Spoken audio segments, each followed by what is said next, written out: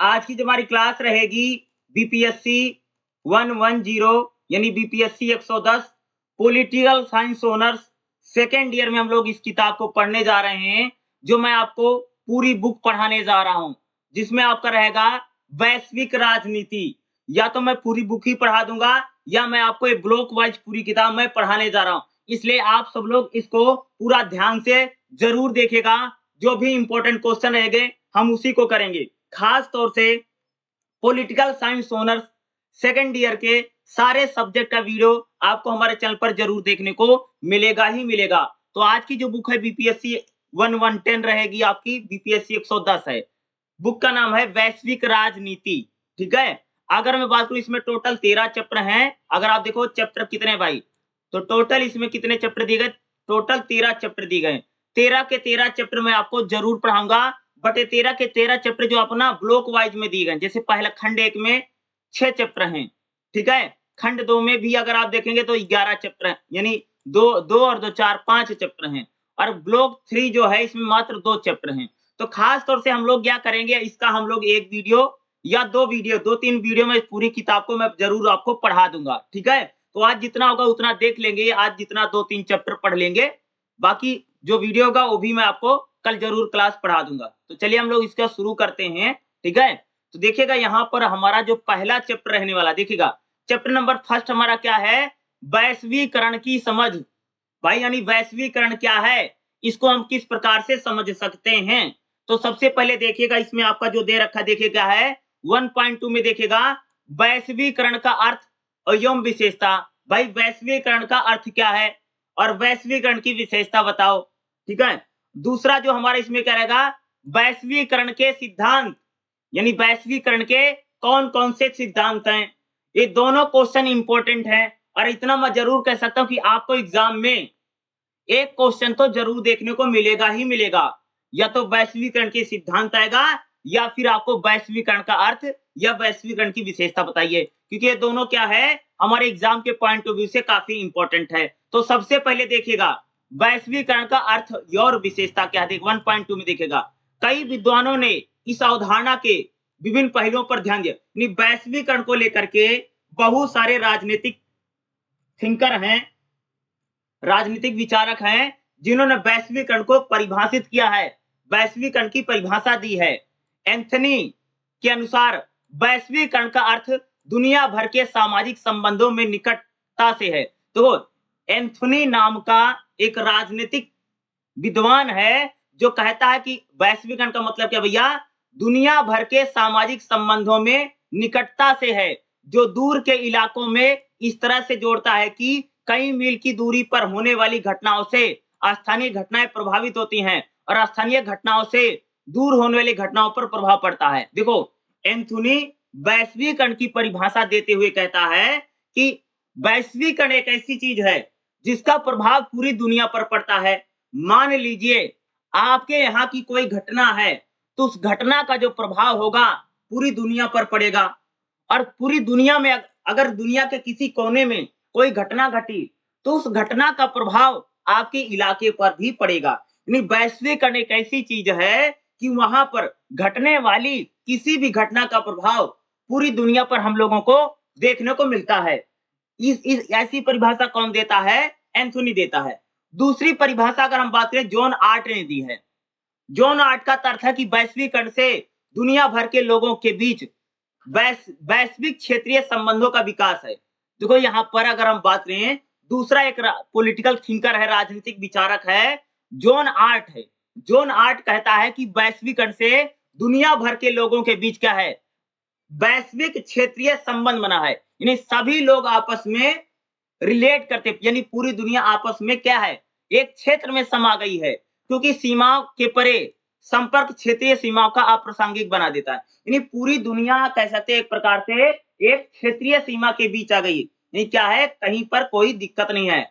David के अनुसार वैश्वीकरण क्या है, डेविड कहता है कि वैश्वीकरण को एक प्रक्रिया मानता है के रूप में सोचता है। डेविड कहता है कि सामाजिक संबंधों और लेन देन के स्थानीय संगठन में परिवर्तन का प्रतीक है, जिसका मूल्यांकन उसकी व्यापकता, तीव्रता, वेग और प्रभाव से संदर्भित किया जा सकता है।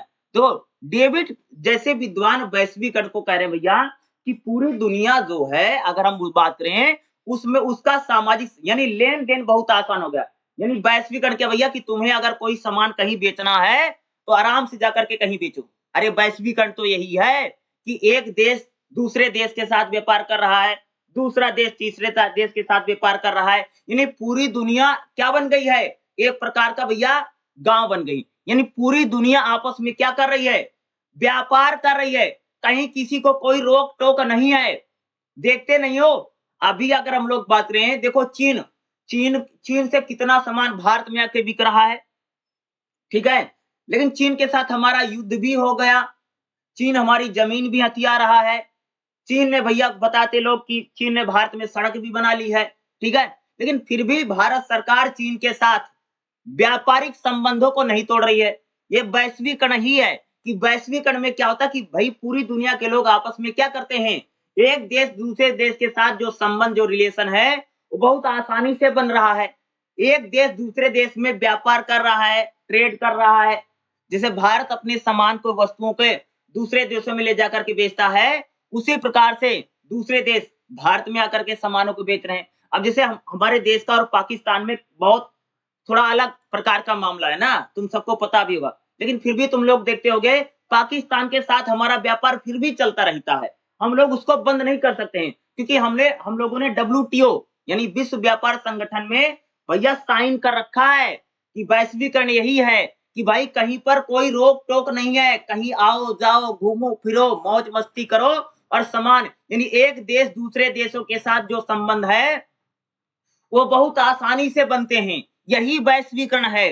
पूरी दुनिया एक प्रकार का समाज बन गई, सोसाइटी बन गई है। यही तो वैश्वीकरण है। देखिएगा, इसी को तो हम लोग वैश्वीकरण कह रहे हैं कि यानी हम लोग आसानी से किसी भी देश के साथ जो संबंध हैं, उनको आसानी से बना लेते हैं। उनमें किसी प्रकार की समस्या नहीं आ रही। देखिएगा, वैश्वीकरण के चरण कौन-कौन से हैं? देखिएगा, अगर हम लोग वैश्वीकरण के कौन-कौन से चरण हैं, देखिएगा। वैश्वीकरण के अगर हम चरणों की बात करें, देखिएगा, इनको देखिएगा, अर्थशास्त्री एडम स्मिथ कभी भी वैश्वीकरण शब्द का इस्तेमाल नहीं किया, लेकिन उनकी पुस्तक में वेल्थ ऑफ नेशन प्रमुख विषय है। आर्थिक विकास के बारे में उनका विवरण उनके निहितार्थ सिद्धांत के रूप में समझा जाता है। बाजार का एकीकरण, देखो वैश्वीकरण यानी वैश्वीकरण में क्या है भैया, एक बाजार बन गई, यानी पूरी दुनिया एक मार्केट बन गई। ये वैश्वीकरण कह सकते हो। क्या बन गई भैया? पूरी दुनिया एक बाजार के रूप में आ गई है। और जैसे अब हम लोग बाजार नहीं जाते हैं तो भैया कहीं बाजार क्या है, बाजार में कोई भी आकर के दुकान लगा ले रहा है। तो उसी प्रकार से कह सकते हैं कि पूरी दुनिया एक मार्केट बन गई। क्या बन गई जी? पूरी दुनिया एक मार्केट बन गई है। कहीं कोई देश भी आकर के कहीं पर कोई सामान बेच ले रहा है। क्या है? यही तो है। और एडम स्मिथ जो है वह वैश्विक शब्द का प्रयोग नहीं करते हैं, वो वेल्थ ऑफ नेशन का करते हैं। जैसे जैसे श्रम विभाजन उत्पादन का विस्तार करने से अक्षमता बनता है, विशेषता ने खोज व्यापार का विस्तार किया। धीरे धीरे दुनिया के अलग अलग हिस्सों में समुदाय एक साथ नहीं, वैश्वीकरण के जरिए क्या था कि एक देश के लोग दूसरे देश के बहुत पास आ जाते हैं और पूरी दुनिया एक बाजार बन गई। क्या बन गई भैया? पूरी दुनिया एक मार्केट बन गई है। कहीं कोई भी जाकर के अपना सामान बेच रहा, अपनी वस्तु बेच रहा, चीजों को बेच रहा। क्या है? यही सब तो वैश्वीकरण है।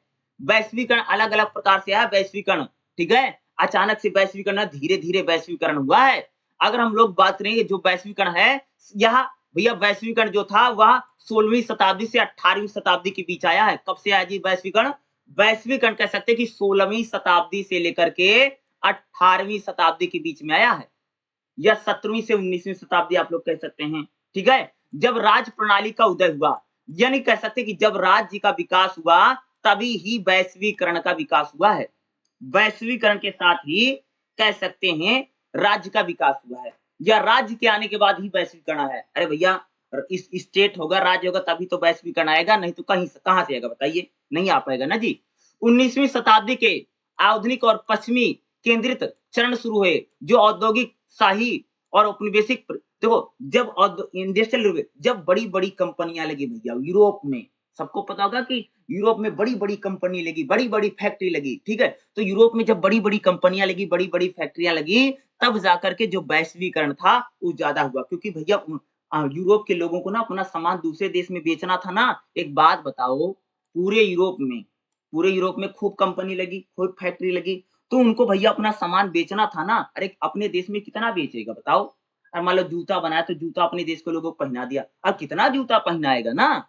तो भैया दूसरे देश में बेचने की जरूरत पड़ी, तो ये जो वैश्वीकरण की प्रक्रिया है वह धीरे धीरे आगे बढ़ी। और वैश्वीकरण कोई आज का नहीं है, बल्कि हमारे देश में अगर आप देखेंगे जो मौर्य काल है, जो गुप्त काल है, सिंधु घाटी सभ्यता, वहां पर भी अगर आप सबने पढ़ा होगा कि वहां सिंधु घाटी सभ्यता में अगर आप देखेंगे तो उनका भी मोसोपोटामिया के साथ व्यापार होता था। यही तो वैश्वीकरण है। यानी वैश्वीकरण जो है ये कोई नई चीज नहीं है, बल्कि बहुत पुरानी चीज है। पुराने समय से कह सकते भाई मेरे, जो वैश्वीकरण है ये चला आ रहा है। ठीक है, कोई नई चीज नहीं, बहुत लंबे समय से आ रहा है, वैश्वीकरण कहा जा रहा है। अब अगला देखिए वैश्वीकरण के प्रकार। वैश्वीकरण कितने प्रकार का भैया? तो वैश्वीकरण अगर हम लोग बात करें मुख्यतः 3 प्रकार का होता है। वैश्वीकरण कितने प्रकार का है जी? वैश्वीकरण 3 प्रकार का है। पहला क्या? आर्थिक वैश्वीकरण। आर्थिक वैश्वीकरण का मतलब क्या होता है कि एक देश की अर्थव्यवस्था जब दूसरे देश के साथ जुड़ जाती है, वो है आर्थिक वैश्वीकरण। आर्थिक वैश्वीकरण में क्या होता है कि एक देश जो है वह अपने बाजार वस्तुओं का बेचने के लिए किसी दूसरे देश में जाकर के बेचता है। यही आर्थिक वैश्वीकरण है। जैसे आर्थिक वैश्वीकरण को देखते हो ना, जैसे चीन के लोग आकर के भाई मेरे हमारे देश में सामान बेच रहा है। ठीक है, अमेरिका के लोग जाकर के चीन में सामान बेच रहे हैं, चीन के लोग जाकर के भूटान में सामान बेच रहे हैं। ये आर्थिक वैश्वीकरण है, यानी पूंजीवाद को विकास दिया गया, पैसे को बढ़ा।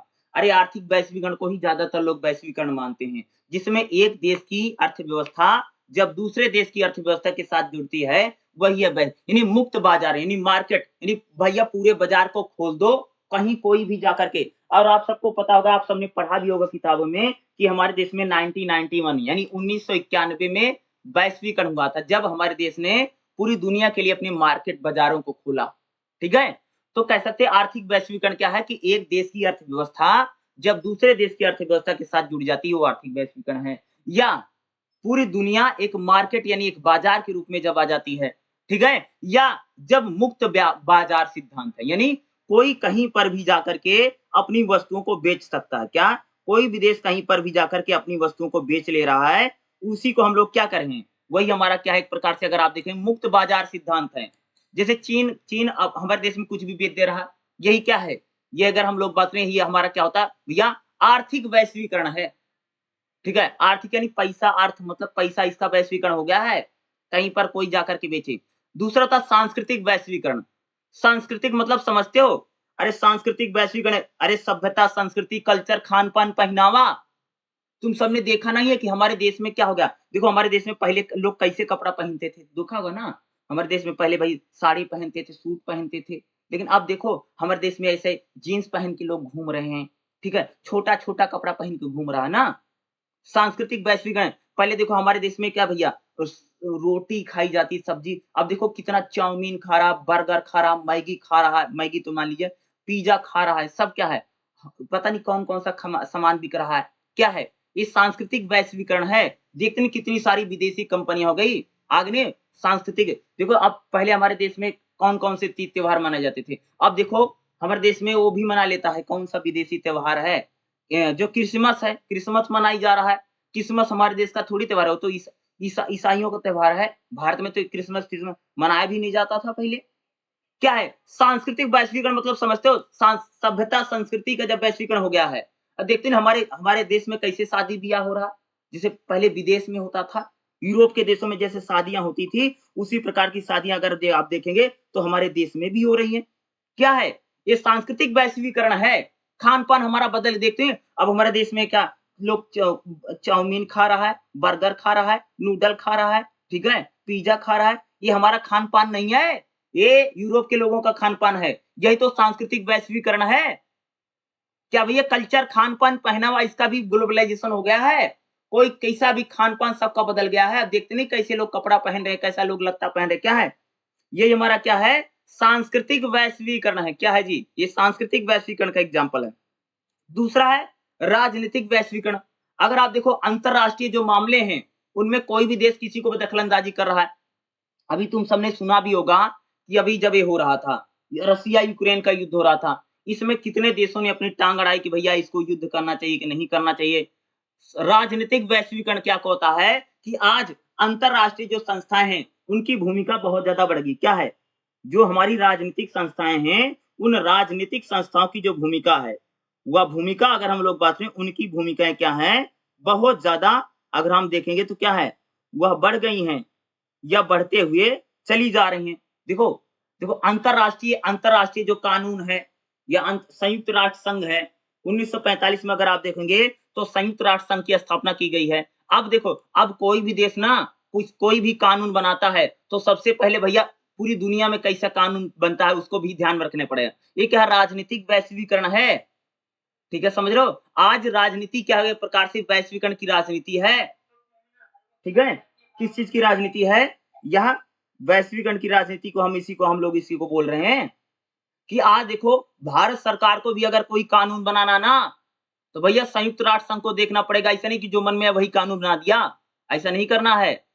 1945 में कह सकते हो कि जब 1945 में संयुक्त राष्ट्र संघ की स्थापना, तब से कह सकते हो कि जो राजनीति है पूरी वैश्वीकृत राजनीति हो गई। आज राजनीति में दुनिया का भी देखना पड़ता भैया, पूरी दुनिया में कैसा हो रहा है, ऐसा नहीं कि अपना घर ही देखते रह जाओ। ये क्या है? राजनीतिक वैश्वीकरण है। ठीक है, इसको हम लोग क्या बोलते हैं? राजनीतिक वैश्वीकरण बोला जाता है। डिजिटली वैश्वीकरण क्या भैया? ये बड़ा इंपॉर्टेंट शब्द, बड़ा ही अच्छा शब्द है। क्या डिजिटल वैश्वीकरण क्या है? डिजिटली वैश्वीकरण क्या है? अरे डिजिटली वैश्वीकरण क्या? जो इंटरनेट टेक्नोलॉजी आगे देखते हो डिजिटल हो गया है, मोबाइल इंटरनेट देख रहे हो, वैश्वीकरण नहीं हो गया। आज पूरी दुनिया में तुम कुछ भी लिखो पूरी दुनिया सब जान जाएगी। देखो यूट्यूब क्या है? यूट्यूब एक प्रकार से क्या है? डिजिटली वैश्वीकरण है। आज एक बात है, तुम वीडियो अपलोड करो, वो पाकिस्तान का भी आदमी देख लेगा, वो चीन का भी आदमी देख लेगा, वो जापान का भी आदमी देख लेगा, पूरी दुनिया देख लेगी तुम्हारे वीडियो अपलोड करते ही। क्या है? डिजिटली वैश्वीकरण है। आज पूरा जो इंटरनेट है, क्या वैश्वीकृत इंटरनेट है? www.com क्या है? सारी जो वेबसाइट है, तेजी से चीजें बदल रही ना। आज जो कंप्यूटर है, लैपटॉप है, मोबाइल है, इंटरनेट है, क्या है? क्या है? ये सारा डिजिटली वैश्वीकरण। आज देखते ना ई बैंकिंग आ गई। आज देखो भाई विदेश से लोगों का पैसा आ रहा है बैंकिंग के जरिए ना, देखते ने कि दूसरे देशों से पैसे आते हैं लोगों के। क्या है? ये डिजिटली वैश्वीकरण है। देखते ना कि बहुत सारी, देखो आज तुमने जैसे अगर मैं बात कहूं, जैसे अमेजोन है, अमेजोन इंडियन कंपनी नहीं, अमेजोन अमेरिका की कंपनी है। एक बात बताओ, अमेजोन अमेरिका की कंपनी है, लेकिन फिर भी लोग अमेजोन से भैया शॉपिंग कर रहे हैं, सामान मंगवा रहा है। क्या है? ये एक प्रकार का क्या है? डिजिटली वैश्वीकरण है। अब जो तुम देखो, अब ऐसे हमारे देश में आदमी बैठे-बैठे अमेरिका की यूनिवर्सिटी में एडमिशन ले रहा है, जापान की यूनिवर्सिटी में एडमिशन ले रहा है, ऑनलाइन पर्चा दे रहा है, एग्जाम दे रहा है। ठीक है, जैसे मान लो तुम ऑस्ट्रेलिया की यूनिवर्सिटी में पढ़ते हो, तुम अपने घर से बैठे-बैठे पेपर लिख दे रहा लड़का लोग। क्या है? ये डिजिटली वैश्वीकरण। डिजिटल यानी क्या होता है कि एक प्रकार से इंटरनेट टेक्नोलॉजी ने क्या कर दिया है, पूरी दुनिया को एक सिरे मिलाकर के बांध दिया। इसको हम लोग क्या बोलते हैं? डिजिटली वैश्वीकरण। यही हो रहा है, दिख रहे हैं? ये सारी चीजें हो रही ना। चलिए अगला देख लेते हैं जो हमारे इसमें नेक्स्ट रहने वाला है। क्या है? वैश्वीकरण के कौन-कौन से सिद्धांत। इसमें देखिएगा, ये काफी इंपॉर्टेंट क्वेश्चन रहेगा। वैश्वीकरण के सिद्धांत देखिएगा, गहन विवादास्पद विषय होने के नाते, यानी वैश्वीकरण क्या एक प्रकार से बड़ा विवाद का विषय रहा। क्यों विवाद का विषय रहा? कि वैश्वीकरण क्या है, इसको लेकर के अलग-अलग जो राजनीतिक विद्वान है उनमें विवाद है। ठीक है, इस बात पर 3 मुख्य दृष्टिकोण हैं। यानी क्या है? वैश्वीकरण के 3 सिद्धांत है। कितने सिद्धांत है जी? वैश्वीकरण के 3 सिद्धांत हैं। ठीक है, वैश्वीकरण हो रहा है या नहीं हो रहा है। यानी कोई कहता है भैया वैश्वीकरण हो रहा है, कोई कहता है वैश्वीकरण नहीं हो रहा। एक अर्थ को प्रो बनाम वैश्वीकरण विरोधी बहस पूंजीवाद समाजवाद के बीच में पुरानी परिचय बहस है। एक संशोधन से अधिक नहीं है, क्योंकि वैश्वीकरण एक मुक्त बाजार उन्मुखवादी है। देखो, कोई कहता कि भैया वैश्वीकरण अच्छा है, कोई कहता वैश्वीकरण अच्छा नहीं है, कोई कहता कि वैश्वीकरण हो रहा है, कोई कहता वैश्वीकरण नहीं हो रहा। अगर मैं बात करूं, जो उदारवादी लोग हैं, उदारवादी वैश्वीकरण के सपोर्टर हैं, वो कहते हैं कि वैश्वीकरण होना चाहिए। लेकिन अगर आप देखें जो समाजवाद है या जो मार्क्सवाद है, वह वैश्वीकरण के विरोध में खड़ा है। वो कहता है वैश्वीकरण नहीं होना चाहिए। ठीक है, उदारवाद की अगर बात करें, वैश्वीकरण में क्या होता है भैया? मुक्त बाजार की बात की जाती है। यानी क्या है कि कोई भी देश जाकर के कहीं पर भी अपनी वस्तुओं को बेच सके, यही है मुक्त बाजार। उदारवाद जो है वह तो मुक्त बाजार का पक्षधर है या मुक्त बाजार के सपोर्ट में खड़ा है। लेकिन जो मार्क्सवाद है या जो समाजवाद है वह मुक्त बाजार की बात नहीं कहता है। ठीक है, इसलिए अगर आप देखेंगे तो वैश्वीकरण को कुछ लोग सपोर्ट में हैं, कुछ लोग विपक्ष में। इसलिए वैश्वीकरण के कई सारे सिद्धांत हैं। मुख्यतः वैश्वीकरण के 3 सिद्धांत हैं। कितने सिद्धांत हैं? वैश्वीकरण के 3 सिद्धांत हैं। 3 में कौन-कौन सा देखिए, पहला क्या है? अति वैश्विकतावादी सिद्धांत।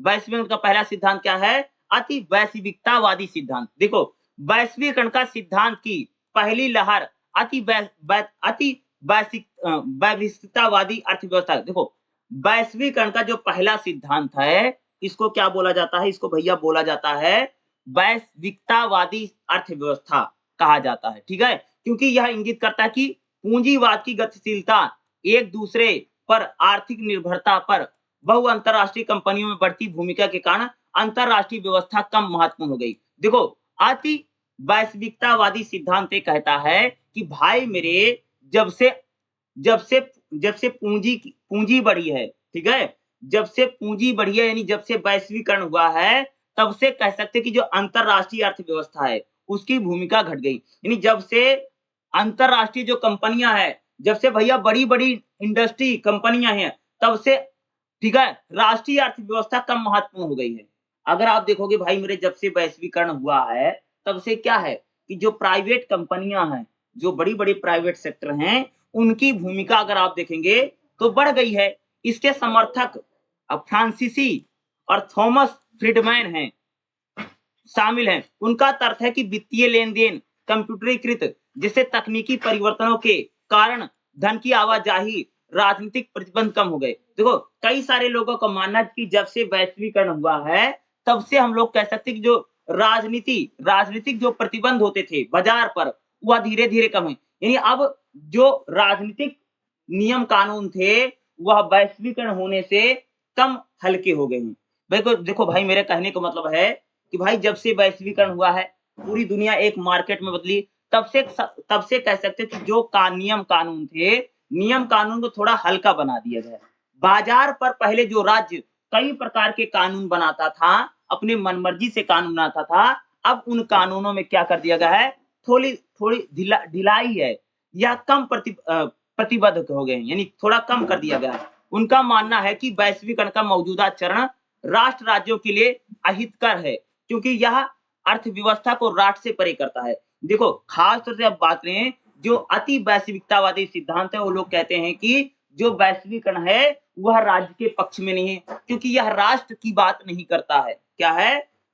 अति वैश्विकतावादी सिद्धांत के जो लोग हैं, वह कहते हैं कि वैश्वीकरण जो है, वह राष्ट्र के, यानी देश के सपोर्ट में नहीं है, क्योंकि यह राष्ट्र से परे है। इसका मतलब कि अर्थव्यवस्था के संबंध में राष्ट्रीय सीमाएं अप्रासंगिक हो जाएंगी और राष्ट्रीय सरकारों को यूरोपीय संघ जैसे संगठनों के माध्यम से दुनिया के विभिन्न हिस्सों में संपर्क सुविधा प्राप्त करनी होगी। देखो, यानी अति वैश्विकतावादी लोग कहते हैं जो वैश्वीकरण है वह राज्य के पक्ष में नहीं है, ठीक है? इससे जो राज्य की शक्ति है वह कम हो जाएगी, राष्ट्रीय सीमाएं, उनकी महत्वपूर्ण भूमिका घट जाएगी। इसलिए अति वैश्विकतावादी सिद्धांत के जो लोग हैं, वह कहते हैं कि वो लोग वैश्वीकरण के सपोर्ट में नहीं हैं। वो लोग कहते हैं कि यह जो वैश्वीकरण है, वह राष्ट्र के परे है, राष्ट्र के खिलाफ खड़ी हुई एक विचारधारा के रूप में कहते हैं। यानी यह राष्ट्र के लिए बिल्कुल भी सही नहीं है। कौन सा सिद्धांत कहता है? अति वैश्विकतावादी सिद्धांत इस बात को कहता है। दूसरा सिद्धांत है संशयवादी। क्या है? संशयवादी सिद्धांत है। वैश्वीकरण का दूसरा सिद्धांत कौन सा है जी? संशयवादी सिद्धांत के नाम से इसको हम लोग जानते हैं। देखिएगा, दूसरी लहर संशयवादी से जुड़ी है, जो मानते कि वैश्वीकरण में कुछ खास नया नहीं है। इसके प्रभाव के बारे में राजनीतिक कारणों से बढ़ा चढ़ा करके बताया जा रहा है। देखो, संशयवादी कहते हैं वैश्वीकरण में भैया ऐसा कुछ नहीं है, सिर्फ वैश्वीकरण के बारे में लोग ना सिर्फ बढ़ा चढ़ा के बातें कर रहे हैं। संशयवादी लोग कहते हैं वैश्वीकरण कुछ है नहीं, इसको लोग बढ़ा चढ़ा करके बोल रहे हैं, ठीक है? इसका मुख्य समर्थक पोल है और ग्रैम्स हैं, ठीक है? उन्होंने 19वीं शताब्दी के मध्य कार्ल मार्क्स ने पूंजीवादी संगठनों के अंतरराष्ट्रीय चरित्र की ओर संकेत किया है। संशयवादी वैश्वीकरण को एक क्रांतिकारी तकनीक और आर्थिक बल के रूप में नहीं, बल्कि कॉर्पोरेट हित में आगे बढ़ाने वाले सिद्धांत मानते हैं। देखो, जो संशयवादी लोग हैं, वह कहते हैं कि भैया जो वैश्वीकरण है, वह कोई क्रांतिकारी नहीं है, वो उसने कोई बदलाव नहीं किया है और उसने अर्थव्यवस्था को नहीं बदला है। वह एक प्रकार से जो कॉर्पोरेट है, जो बड़े-बड़े पूंजीपति हैं, सिर्फ उनको आगे बढ़ाने का काम करता, वैश्वीकरण करता है। संशयवादी सिद्धांत कहता कि भाई मेरे कि जो वैश्वीकरण है, वह राज्य के लिए ठीक नहीं है, या कह सकते कि वह किसी प्रकार का बदलाव नहीं लाता है। वैश्वीकरण जो है आर्थिक बल के रूप में नहीं है, बल्कि यह जो कॉर्पोरेट है, जो पूंजीपति लोग हैं, या कह सकते उन लोगों को आगे बढ़ाने का एक प्रकार का सिद्धांत है।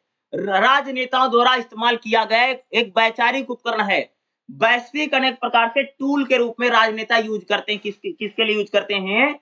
जो पूंजीपति लोग हैं, जो कॉर्पोरेट लोग हैं, उनको आगे बढ़ाने में। और वैश्वीकरण कोई क्रांतिकारी नहीं है, वैश्वीकरण से कोई आर्थिक परिवर्तन नहीं हुआ है। ये कौन कहता है? संशयवादी सिद्धांत कहता है। कौन सा सिद्धांत है जी? संशयवादी सिद्धांत कहता है, इस बात को कहता है। अगला सिद्धांत क्या है? परिवर्तनवादी। वैश्वीकरण का जो तीसरा सिद्धांत है वो परिवर्तनवादी शामिल हैं, जिनकी स्थिति अति वैश्विकतावादी और संशयवादियों के बीच की है, क्योंकि वह वैश्वीकरण को एक जटिल तस्वीर को चित्रित करते हैं, जहां ऐसा हो रहा है कि जैसा कि अति वैश्विकतावादी द्वारा तर्क दिया गया है। इसके कारण यह सब कुछ समाप्त नहीं हो जाता। डेविड हेल्ड और एंथोनी जो लोग हैं, उनके अनुसार देखो परिवर्तनवादी सिद्धांत क्या कहता है? अंतरराष्ट्रीय परिवहन और संचार में वृद्धि। देखो ये लोग कहते हैं भैया कि जो वैश्वीकरण है उससे बहुत परिवर्तन आया है। अंतरराष्ट्रीय जो परिवहन है उसमें बदलाव आया, संचार में वृद्धि हुई, पर्यावरण का विकास हुआ है, ठीक है। जो अपराध है, वैश्वीकरण होने से अपराध घटा है, आर्थिक लाभ हुआ है, राजनीतिक लाभ हुआ, सांस्कृतिक लाभ हुआ है।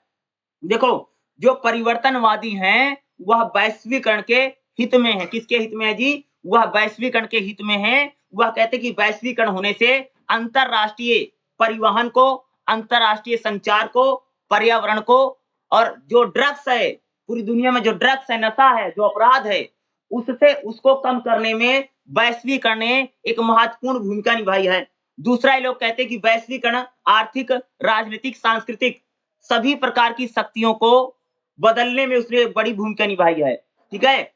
वैश्वीकरण असमानता को दूर करने का काम कर रहा है। वैश्वीकरण से भैया जो गरीब देश हैं, जो अमीर देश हैं, वह लगभग एक बराबर हो गए हैं। क्या हो गए जी? इक्वल हो गए हैं। ये कौन कहता है? ये परिवर्तनवादी लोग कहते हैं। परिवर्तनवादी जो लोग हैं वह वैश्वीकरण के हित में है। क्या बोलोगे? जो परिवर्तनवादी सिद्धांत है वह वैश्वीकरण के हित में आया हुआ एक सिद्धांत है, जो वैश्वीकरण को सपोर्ट करता है और उसके पक्ष में ही क्या करता है? अपनी बातों को कहता है और अपने सिद्धांत की वो क्या करता है? रचना करता है। अरे क्वेश्चन आपके लिए इंपॉर्टेंट हो सकता है। वैश्वीकरण का जो परिवर्तनवादी सिद्धांत है वह फिल्मों को, धर्म को, फैशन को, सभी चीजों को वैश्वीकरण ने प्रभावित किया है। और वैश्वीकरण जो है उसने दुनिया को बदलने में बड़ी भूमिका निभाई है। ये कौन कहता है? वैश्वीकरण का जो परिवर्तनवादी सिद्धांत है, ये कहता है कि वैश्वीकरण होने से पूरी दुनिया में बदलाव हुआ है, वृद्धि हुई है, परिवर्तन हुआ है,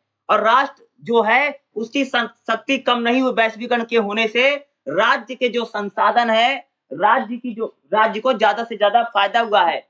परिवर्तनवादी सिद्धांत ये नहीं कहता है कि वैश्वीकरण होने से राज्य की शक्तियां कम हुई है, बल्कि ये कहता है कि राज्य को प्रॉफिट यानी वृद्धि हुई है, राज्य को फायदा हुआ है। और वैश्वीकरण का तीसरा सिद्धांत है। और पहले चैप्टर से मैं जरूर कह सकता हूँ कि आपको एग्जाम में एक क्वेश्चन देखने को मिलेगा ही मिलेगा। जो मैंने पढ़ा रखा पहले चैप्टर में से उतना आपको पढ़ करके जरूर जाना है। इसी के साथ हमारा पहला चैप्टर समाप्त हो गया। चलिए हम लोग अपना दूसरा चैप्टर को भी क्या कर लेते हैं, देख लेते हैं। पहले चैप्टर के बाद अगला जो हमारा चैप्टर रहेगा, चैप्टर नंबर दूसरा क्या है? राज्य की संप्रभुता और अधिकार क्षेत्र। देखो राज्य जो होता है उसकी संप्रभुता क्या है और उसका अधिकार क्षेत्र क्या है। तो खास तौर से अगर बात करूं, जो आपका दूसरा चैप्टर है इसमें से 2.5 वैश्वीकरण के प्रभाव। कहने का मतलब क्या है कि पूरी दुनिया में जब वैश्वीकरण हुआ, यानी पूरी दुनिया में जब भाई बाजार खुला, जब मार्केट खुला, क्या राज्य की शक्तियों पर क्या प्रभाव पड़ा? जैसे अगर मैं बात करूं, आज तुम लोग देखते होगे कि भाई आज वैश्विक दुनिया इतनी ज्यादा बढ़ गई है। जैसे अगर मैं एग्जांपल देकर बताऊं, छोटा सा एग्जांपल देता हूं। देखो चीन के साथ हमारा कितना लड़ाई झगड़ा है, कितना डिस्प्यूट है। चाइना के साथ अगर आप देखेंगे तो हमारे साथ उनका कितने खतरनाक संबंध हैं, कितने अच्छे संबंध नहीं। बल्कि चीन ने तो भाई हमारी ज़मीन भी हथिया ली है, ठीक है? और हमारे देश में उसने सड़क भी बना दी है और चीन के साथ अगर बात करें तो हमारे काफ़ी सीमा विवाद हैं, लेकिन फिर भी हम लोग चीन के साथ व्यापार करते हैं। क्यों करते हैं? क्योंकि व्यापार हमको करना पड़ेगा क्योंकि हम लोगों ने क्या किया है, साइन कर रखा है। क्योंकि ये पूरा जो आज जो वैश्विक दुनिया है, वैश्वीकरण के प्रभाव से क्या हो रहा है कि राज्यों को करना पड़ा। आज तुम देखा होगा कि जब दिवाली का मौसम नहीं था, उस समय बहुत सारे लोग बताएं चाइनीज़ लड़ियों का बहिष्कार कर दो। लेकिन सरकार ऐसी कोई काम को नहीं करती है ना, क्योंकि सरकार ऐसी चीज़ों को कर नहीं सकती। सरकार मीन्स क्या होता है? सरकार का मतलब क्या है कि यहाँ पर मैं राज्य बोल रहा हूँ, ठीक है? यानी राज्य जो है देखो, ये क्वेश्चन ये कह रहा है कि जब से वैश्वीकरण हुआ है, क्या जो राज्य यानी जो स्टेट है, उसकी शक्तियाँ क्या आखिर कम हुई हैं? क्वेश्चन ये कह रहा कि भाई मेरे कि जब वैश्वीकरण हुआ, तो वैश्वीकरण ने क्या राज्य की शक्तियों को कम किया है? किस आधार पे? अगर आप वैश्वीकरण और आर्थिक संप्रभुता क्या है? ये राज्य की जो पावर थी, जो शक्ति है, एक बात बताओ, आज हमारे जो राज्य हैं, आज किसी भी भारत हो, पाकिस्तान हो, चीन हो, म्यांमार हो, बांग्लादेश हो, जब से जैसे यूनाइटेड नेशन बन गया है, दुनिया भर की संस्थाएँ बन गई, अंतर्राष्ट्रीय संस्थाएँ, उससे राज्य की संपत्तियों को काफ़ी धक्का लगा है। क्योंकि आज अब देखो, अगर मैं एग्ज़ाम्पल दे बताऊँ, आज जैसे इतनी बड़ी-बड़ी कंपनी जैसे फेसबुक है, गूगल है, अमेज़न है, आज फेसबुक, गूगल जैसी कंपनियाँ इतनी बड़ी हो गई हैं कि राज्य को उनके उनके समर्थन में कानून बनाने की ज़रूरत पड़ रही है। मैं आपको एक एग्ज़ाम्पल देकर के बताता हूँ कि ऑस्ट्रेलिया में क्या हुआ, ऑस्ट्रेलिया में फेसबुक था और ऑस्ट्रेलिया में जो फेसबुक पर तुमने देखा होगा कि फेसबुक पर बहुत ऐड आता, प्रचार बहुत आता है, ठीक है? जैसे टीवी चैनल वालों का, जैसे फेसबुक खोलोगे तो उसमें आज तक हो गया या बहुत सारा एबीवीपी न्यूज़ का बहुत सारा ऐड आता है, यानी उनका चैनल चलता है। तो ऑस्ट्रेलिया में फेसबुक ने बोला कि भैया ये जो टीवी चैनल के यानी जो खबरें हैं, अगर वो अपने टीवी चैनल खबरें दिखाएँगे तो हम लोग उनको पैसा पे नहीं करेंगे। तो इसके लिए ऑस्ट्रेलिया की सरकार ने बोला नहीं आपको पैसा देना पड़ेगा। तो फेसबुक ने वहाँ पर फेसबुक ही बंद कर दिया ऑस्ट्रेलिया में। बाद में ऑस्ट्रेलिया की सरकार झुकती है। मेरा कहने का मतलब क्या है कि आज जब से वैश्वीकरण हो गया है, तब से राज्यों को बड़ी-बड़ी जो कंपनी हैं, इनके समर्थन में कानून बनाना पड़ रहा है। क्या ये क्वेश्चन यही कह रहा है कि जब से वैश्वीकरण हुआ है, तब से जो राज्य की शक्ति है, क्या वो कम हो गई है? तो बिल्कुल, इस क्वेश्चन में हम लोग यही पढ़ रहे हैं कि जब से वैश्वीकरण हुआ यानी ग्लोबलाइजेशन हुआ है, तब से जो राज्य की जो आर्थिक शक्ति है, वो रियल में घट गई है। क्योंकि आज देखोगे अगर आप देखेंगे हम लोगों ने चीन के साथ हमको व्यापार करना पड़ता है, जबकि पाकिस्तान के साथ हमारे इतने खराब संबंध है, फिर भी हमें उनके साथ व्यापार करना पड़ता है। तुम सबने सुना भी होगा ना कि भैया ऊपर से गोली चल रही और नीचे से सामान भेजा जा रहा है ना, कि भारत से चीनी जाती है, चावल जाता है, दुनिया भर की चीजें पाकिस्तान में जा रही हैं और ऊपर से गोलियां सैनिक चला रहे हैं। तो कहने का मतलब क्या है कि भाई वैश्वीकरण यानी हम लोगों ने क्या कर रखा है, व्यापार संधि पर साइन कर दिया है। और यही क्वेश्चन कर रहा है कि जब से वैश्वीकरण हुआ है, क्या राज्य की शक्तियां घट गई हैं? क्या राज्य की शक्तियों पर कोई प्रभाव पड़ा है? राज्य की आर्थिक शक्ति पर क्या प्रभाव पड़ा है? और राज्य की राजनीतिक शक्ति पर क्या प्रभाव पड़ा? देखो, आज कोई भी राज्य देखोगे किसी भी राज्य तानाशाही नहीं सकती। अगर कहीं पर भी तानाशाही आती है तो हमेशा देखोगे यूनाइटेड नेशन के लोग आकर के उठ के चले आते हैं कि ऐसे कैसे करो, मानव अधिकार का हनन हो रहा है, फलाना पूरी दुनिया चिल्लाने लगती है ना। तुम सबने देखा होगा। आज जब से वैश्वीकरण हुआ तो हमारी संस्कृति को देखो संस्कृति पर कितना प्रभाव पड़ा है। देखो हम लोगों का खान-पान बदल गया, हम लोगों का पहनावा बदल गया। देखते नहीं हो कि हमारे देश में देखो वैश्वीकरण जब से हुआ तो भाई बड़ी-बड़ी कंपनियां, अरे देखो अगर हम आज अमेज़न है, फ्लिपकार्ट है, ठीक है? अमेज़न की बात करें, अमेज़न विदेशी कंपनी है, ठीक है? आज देखो, आज हमारे संस्कृति पर वैश्वीकरण का क्या प्रभाव पड़ा है? पूरी तरह से अगर आप देखो हमारा पहनावा बदल गया है, ठीक है? आज हम लोग कैसे कपड़े पहन रहे हैं, ठीक है? हमारा खान-पान बदल गया है, खान-पान पर कितना प्रभाव पड़ा है अगर आप देखें वैश्वीकरण का। तो भाई वैश्वीकरण होने से राज्य की आर्थिक शक्ति पर प्रभाव पड़ा है, वैश्वीकरण होने से राज्य की राजनीतिक शक्ति पर प्रभाव पड़ा है। आज राजनीति में, आज किसी देश में राजनीति है, उसमें बाहर के लोग, पूरी दुनिया दखल-अंदाज़ी करती है। अभी तुम सबने देखा होगा कि रसिया-यूक्रेन का युद्ध चल रहा था, रसिया-यूक्रेन के युद्ध पर हर देश अपनी बयानबाज़ी कर रहा था, कोई कुछ बोल रहा था, कोई कुछ बोल रहा था।